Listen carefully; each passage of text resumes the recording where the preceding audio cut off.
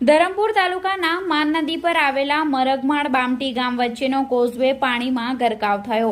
તારીખ 23 જુલાઈ મંગળવારના રોજ 10 કલાકની મળતી માહિતી મુજબ રાજ્ય હવામાન વિભાગની આગાહીના પગલે દક્ષિણ ગુજરાત સહિત વલસાડ જિલ્લામાં પણ ભારે વરસાદની આગાહી કરવામાં આવી છે, જેને લઈ કેટલા દિવસથી મેઘરાજા પોતાની ધમાકેદાર બેટિંગ કરી રહ્યા છે અને છેલ્લા 24 કલાકમાં પડેલા ભારે વરસાદના કારણે કેટલાક કોઝવેઓ પાણીમાં ગરકાવ થયા છે। ત્યારે ધરમપુર તાલુકાના માન નદી પર આવેલા મરગમાળ બામટી ગામ વચ્ચેનો કોઝવે પાણીમાં ગરકાવ થતા બે ગામ વચ્ચેનો સંપર્ક કપાયો છે અને કોઝવે પરથી અવરજવર કરતા વાહન ચાલકોએ અન્ય રસ્તો લઈ લાંબો ચકરાવો કરવો પડી રહ્યો છે।